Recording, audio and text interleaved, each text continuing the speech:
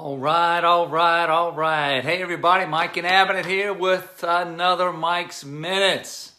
Hope you are all having a fantastic day. And wanted to cover some, again, this is all part of from an article from Deanna Weist, and she has some great points about 18 things that, high achievers, what makes them different, what separates them from the average.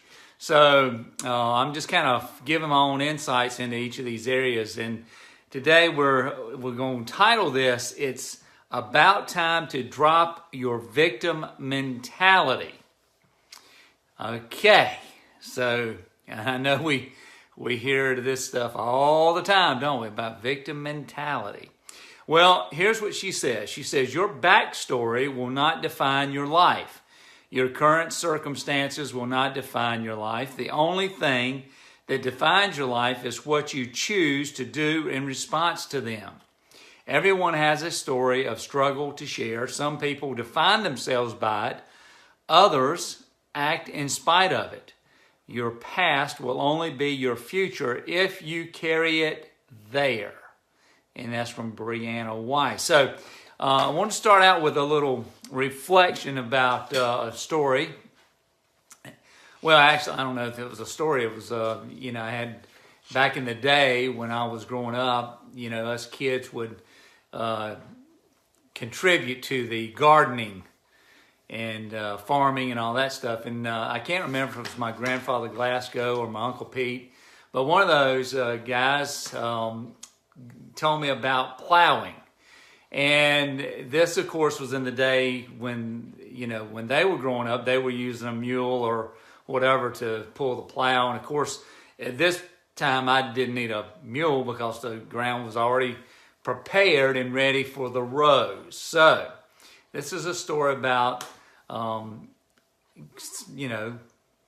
a straight row. And so he gave me some tips. So this experienced farmer explained that you need to have a target. Pick out something straight ahead that's going to be out in the distance to get your line of sight focused on the target, okay?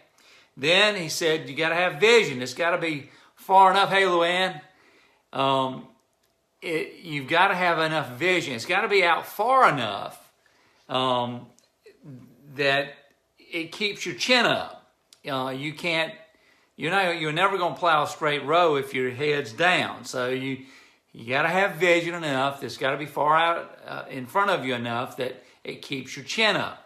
Concentration. Don't lose sight of the target. Keep your eyes on the target. And then the last part was really about efficiency. It was about, the worst thing you can do if you want to plow a straight row is to continually look back over your shoulder to see if the row's straight. Because as soon as you turn your head, that plow is going to go anywhere but straight.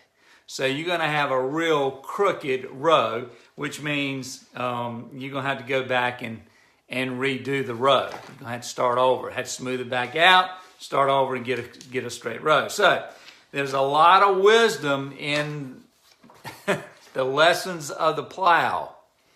I learned a lot of lessons behind a plow and a hoe and all that stuff as we worked the garden in those steamy, hot summer days, but it was all good. So let's talk about each of those. Let's kind of go in depth a little bit with each of those points of wisdom. One, it is important for us to have a target. So we're talking about this is about our personal development, our growth as we continue to move forward, right? It's about, it's about us growing. It's about us constantly improving. So we need to have a target. That's something that's going to put us on the straightest path toward what we have chosen to, where we have chosen to go. The straightest path in the direction we have chosen to go. Now, it doesn't mean that it's going to be a smooth path. We're going to have a straight path. Hey, Kathleen. It means we're going to have a straight path, but you know what? on that straight path, there's going to be, hey Chet, there's going to be rocks and there's going to be roots as we plow that field.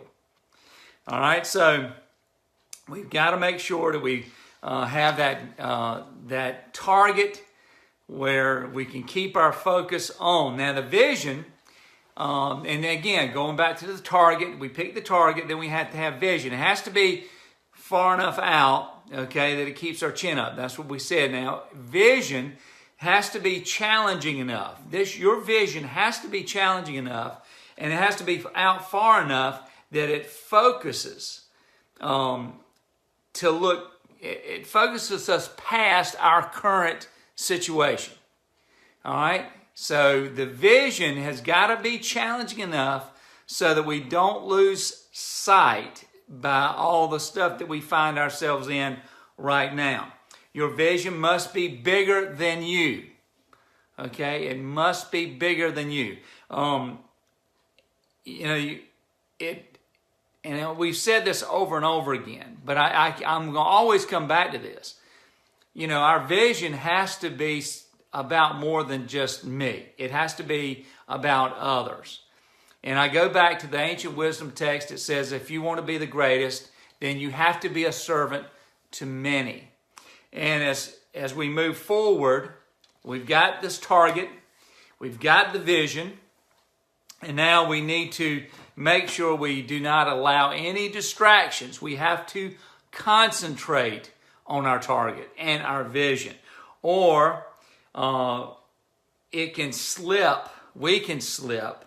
We can lose focus. So don't lose focus. All right? Keep your eyes on the prize. Keep your head up. Keep your chin up.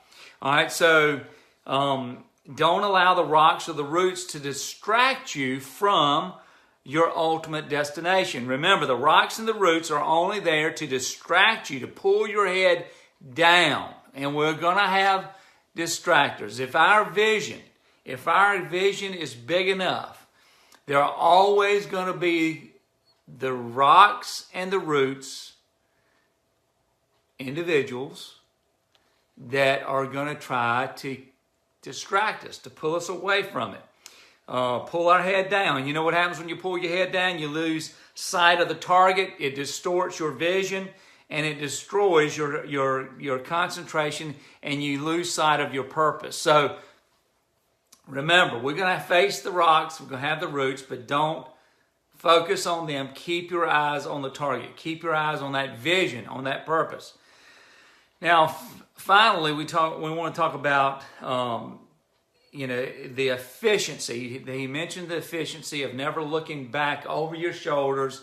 If you're trying to plow a straight row, if you're constantly looking back, left and right and left, you're going to have a row that looks more like a snake than it does a straight line. So finally, I think we all understand this, and we've heard this, that time is so valuable, because time, once time passes, we can't get it back. It's done. It's over.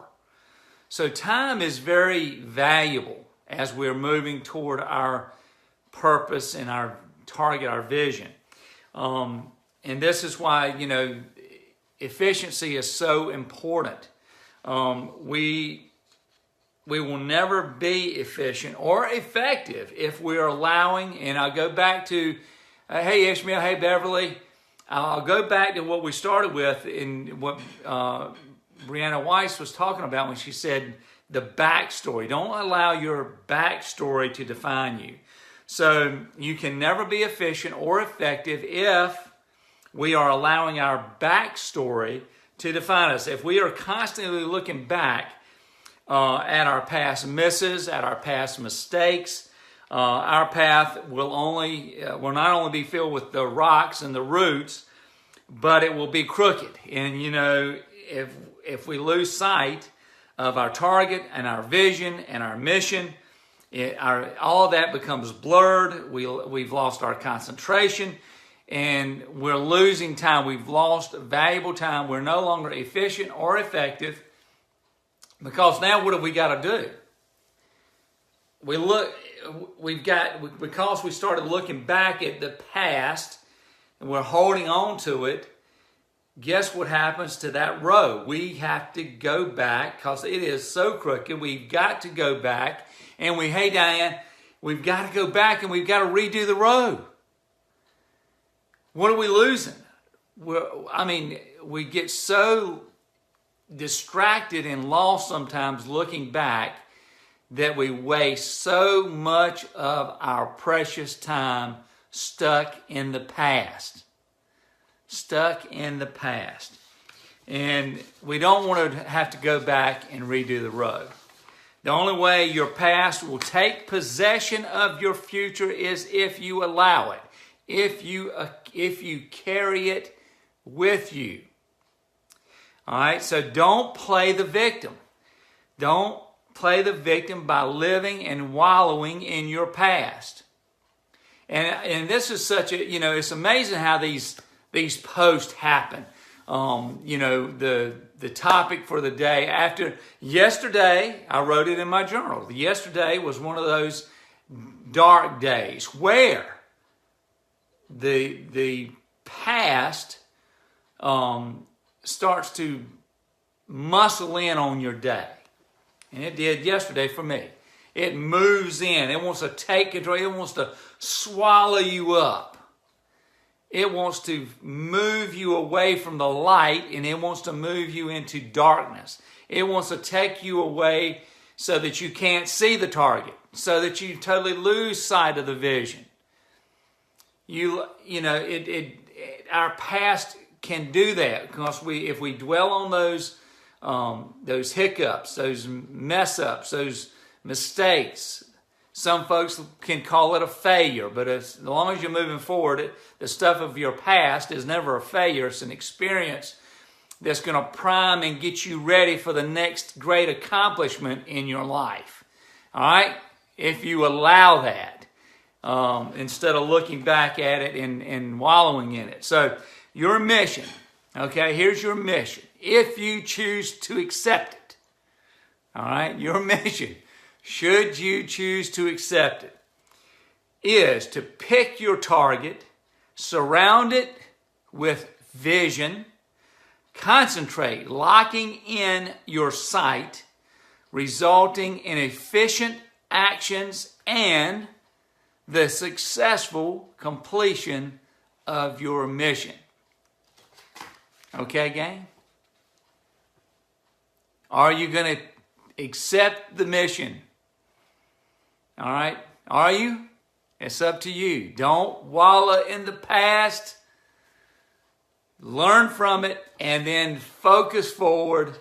Have your vision, have your mission, have your purpose, and achieve it. Because remember, how is it going to not only affect you, but how is it going to affect others once you've achieved your mission, once you've reached and fulfilled the vision, the purpose?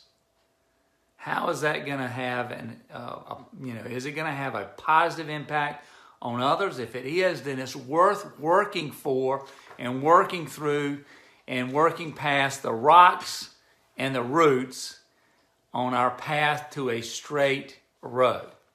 Lessons of the plow. All right, gang. You are a winner. All right, you are a winner, and you are an important person to those in your circle of influence. And I believe in you, and you can do it. All right, you can do it. All right, everybody, this is over and out. Mike's Minutes. We are done for the day. I appreciate your time because I know how valuable it is. And I want you to have a great day. Share this with others if you think they can benefit. If they need a little positivity in their life, give it to them. Okay, folks? I appreciate it. Appreciate your time and appreciate all of you. Thanks again. We'll be back soon with another Mike's Minutes. Take care, baby. Everybody. Bye-bye.